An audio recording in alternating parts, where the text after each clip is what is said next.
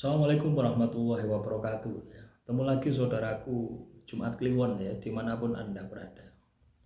Kajian materi kali ini pertanyaan saudara kita ya, weton Jumat Kliwon. Bagaimana cara mengaktifkan kodam weton Jumat Kliwon? Ya, ini sering melihat video ya, atau video yang mengatakan orang yang lahir Jumat Kliwon diikuti oleh kodam harimau misalkan, atau orang yang lahir Jumat Kliwon diikuti oleh kodam cicak misalkan. Akhirnya Anda ini tersugesti bahwasanya setiap orang yang lahir Jumat Kliwon itu harus mesti punya kodam. Ya enggak seperti itu teman-teman ya.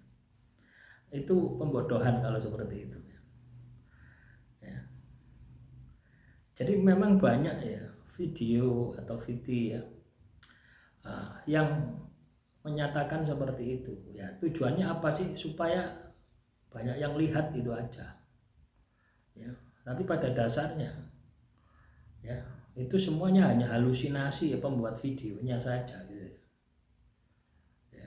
Jadi dikait-kaitkan gitu. Orang yang lahir Jumat Kliwon kodamnya harimau, orang yang lahir Jumat Kliwon kodamnya Sunan Kalijogo misalkan. Nah, itu pembodohan gitu. Ya. Teman-teman Jumat Kliwon dimanapun Anda berada, yang namanya kodam ya ikut dengan diri kita itu pasti ada sebab. Bukan karena kita terlahir Jumat Kliwon terus kita otomatis memiliki kodam itu gitu loh ya. Kodam itu makhluk lain loh ya.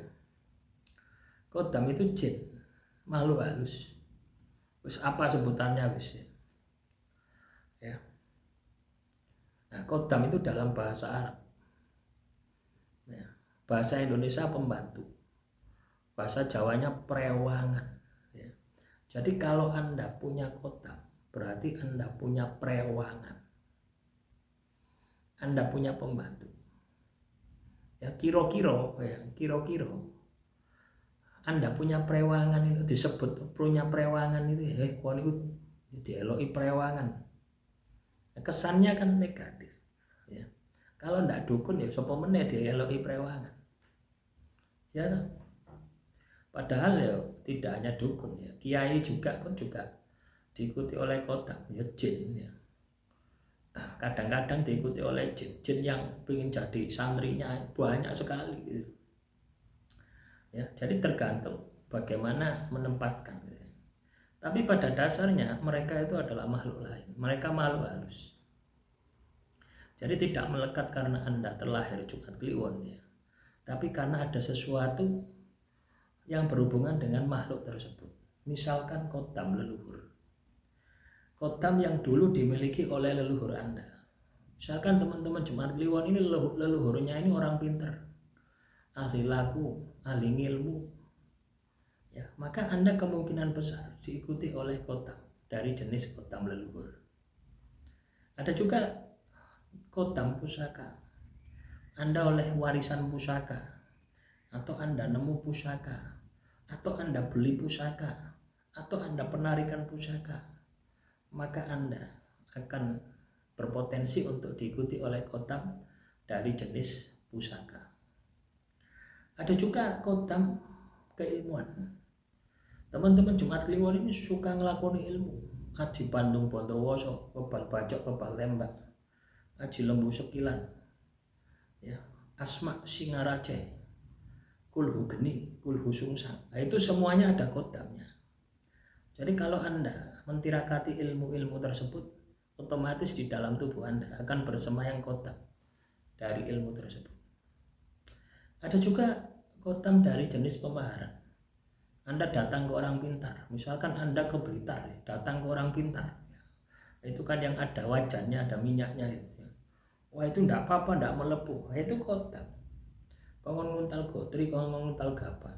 Kodam itu bukan kekuatan ilmunya ya, tapi makhluk halus yang diisi di dalam tubuhmu, ya diombeni sik, ya, atau Anda pasang susu supaya cantik, supaya ganteng.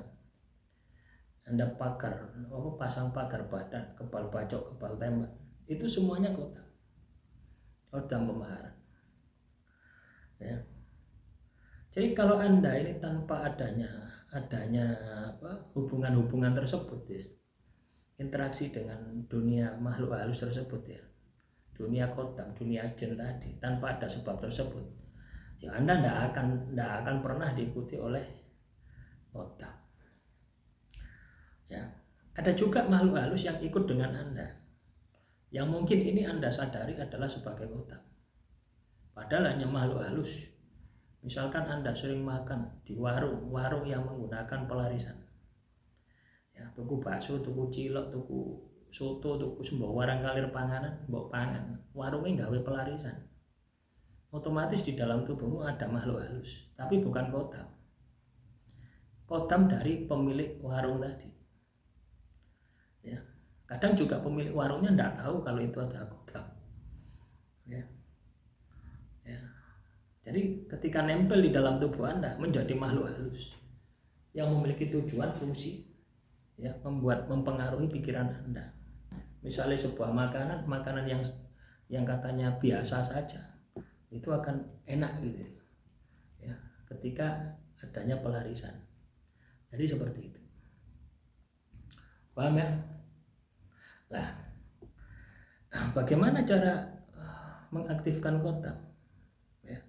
Bagaimana cara mengaktifkan kotam? Ya pada dasarnya bukan mengaktifkan ya. Kalau Anda tidak punya kotam ya, apa yang mau diaktifkan? Ya. Jadi kalau Anda katakanlah ingin memiliki kotam, ya, ingin Anda memiliki kotam, maka ya itu tadi.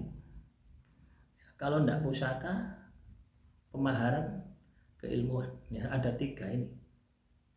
Ya. Tapi yang paling tidak berbahaya itu adalah keilmuan, ya. Karena Anda nanti akan berinteraksi, ya, berkomunikasi, gitu ya. Artinya dari tahap ke tahap. Beda dengan kotam pusaka. Kadang kamu punya pusaka ya belum tentu mampu mengendalikan. Kotam pemaharan pun juga sama, gitu. Belum tentu kamu mengendalikan. Efeknya sangat luar biasa. Tapi ketika itu kotam ilmu, ya, otomatis kamu akan bisa mengendalikan. Karena apa? Kamu berproses sendiri. Misalnya kamu baca Asma Singaraja, baca dzikirnya 1000 kali selama 7 hari misalkan. Nah, selama 7 hari ini itu proses penyelarasan. Ya. Nah, kembali ke pertanyaan, bagaimana supaya kita ini bisa mengaktifkan kotam? Nah, untuk mengaktifkan kotam, otomatis kamu harus membuka mata batinmu. Belajar olah rasa, kemampuan untuk bisa mendeteksi, merasakan energi, itu basic dasar. Dari merasakan tadi ya, itu nanti akan naik 1 tingkat, melihat. Dari merasakan terbentuk sebuah gambaran, melihat. Dari melihat akan naik 1 tingkat lagi, berkomunikasi. Dari berkomunikasi naik lagi, menyuruh. Baru ketika kamu sudah bisa melihat, berkomunikasi, ya, dan makhluk tersebut mau Anda perintah, itu disebut dengan kotam. Artinya kotam itu aktif, bisa Anda gunakan. Kalau hanya sekedar katanya, oh kamu diikuti oleh harimau, jangan pernah percaya. Ya, selama kamu belum pernah bisa perintah kotam dan kotam tersebut belum pernah melakukan apa yang Anda perintah, ya. Demikian, semoga bermanfaat. Salam rahayu, rahayu, rahayu.